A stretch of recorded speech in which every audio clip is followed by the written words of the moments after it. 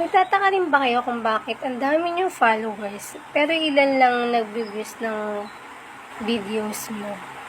So, nag-research ako dahil nga, ang liit ng mga viewers ko. So, meron pala silang tinatawag na organic followers.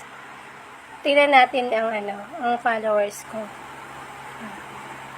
Tingnan nyo guys, ang followers ko.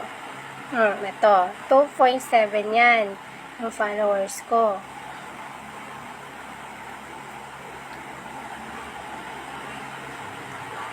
Punta tayo sa 3 dots. Scroll down. Help and support. Help center.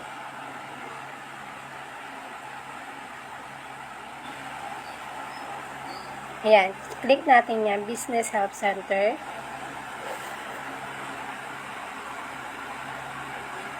Scroll down natin. Hanapin natin ang business type. Click natin. Creator. Click natin.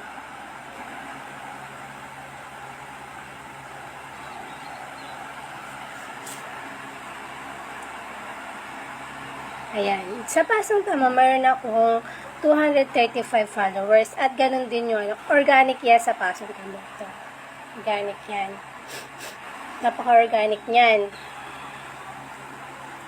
Dito sa taas na yan, dito, yan. Pwede natin pagpalit ng profile natin. So, sa profile ko, meron ako 187. Sa 2,000 ko, ang organic ko lang is 187, guys. Kaya, guys, kung gusto nyo mag-follow to follow, sa mismong video na lang kayong mag-follow para organic.